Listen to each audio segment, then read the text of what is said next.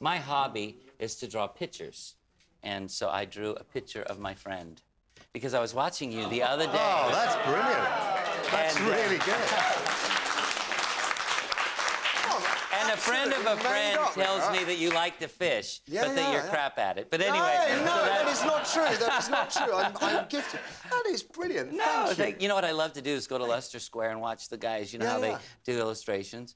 But, you know, every one of us have one of those funny little quirks, you know, that we like to do. For me, it's a long airplane ride, so I like to doodle. I tell you what, you're a great sort of display or argument in favour of home education. Speaks Japanese, you're a great musician, great business person, great drawing. Oh, lordy. Eric, a question from our audience, please. Yes, joining us from Oxford today is Caroline. So what's your question? Hi, Jimmy. Hi, Caroline. How are you? I'm good, thank you. Good. Greece is fab, by the way. Oh, thank you. How has your family's religious values influenced your career? Tremendously. You know, we're devout Mormons, which are Christians, and it really has blessed our life to stand for something. And you know what's amazing, too? In an industry that's really not conducive to family life, so many people have gone out of their way to make sure that we stayed true to what we believe. That, you know, people don't want to see you fail. And it's really blessed our lives. In some ways, people say, oh, you're so restricted because you don't drink or smoke. And in some ways, by not doing that, it's really given us more freedom to live life and not have some of those vices that so many of my friends do. And I'm not condemning anybody that drinks or whatever. It's just, some of those values have really helped us avoid some pitfalls in life. I bet. It really has. So you weren't drunk when you did this sick thing with Elvis? That But I should have been, no.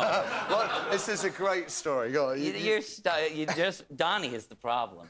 Donnie put this in his book, and this was supposed to have been a secret that was tucked under the bed.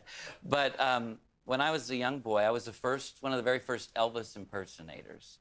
It's nothing I put on my resume. But anyway, you know, Elvis was very kind to us. We played at the International Hotel, which is now the Hilton. And when he wasn't there, we were headlining there. This is Vegas. In Vegas, yeah. And he let us stay in his suite. He was just a really cool guy. And at the time, food was free.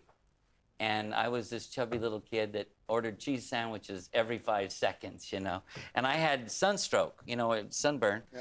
And I would go and sing this song, I want y'all to know that. And then I'd stare at somebody in the audience and go into I Got a Woman, right? And I was so sick, I threw up over everyone in the front row. And it was dinner theater back then. So you can imagine what happened. I fell, slipped over, my big white Elvis jumpsuit was full of ketchup or whatever. I got back up and I kept going and I sang I Got a Woman. And I looked up and there was Elvis Presley in the lighting booth, totally laughing at me. And I got a standing ovation because I didn't quit. I didn't quit.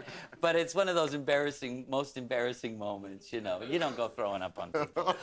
But, you know, it was wild to grow up, though, in a world where Elvis Presley and Frank Sinatra, those type of guys, were your mentors. Absolutely. No, I mean, no one else is going to be able to tell that story on the show, are they? You know, a lot of people don't even believe you when you share experiences, but because we had a variety show and we grew up on variety television, we had exposure to so many wonderful people that really helped us a lot. I bet. Nowadays, you don't see that. I mean, you have great shows that are mentoring new talent, but it wasn't, you know, in a very private way. You don't get the calls from somebody Times have changed. Yeah. Listen, I must tell you and you guys at home about today's show, but it really is a treat to have you here. Oh, it's great fun to be here. Great fun. So this is what we're going to be doing. First of all, we're going to be doing the headlines. That's after the break. Jimmy's going to take us through those. Our first talking point, prayers for patients. This has been buzzing around for the week. Your thoughts essentially on this nurse who's facing the sack after asking a patient if she could pray for her. Now, nursing rules apparently ban staff from promoting their faiths at work. So does Caroline Petrie from Somerset deserve the sack? I mean, it seems a little extreme to me. I mean, she could have prayed for that patient anyway without asking permission, and no one would have been any the wiser. So her good manners rather than her beliefs seem to have landed her in trouble. I'd love to know what you think, though. Should you get the sack? After that, is it wrong to put your children into a TV experiment like the one on Channel 4 last night? 10 boys, 10 girls, aged between 8 and 12.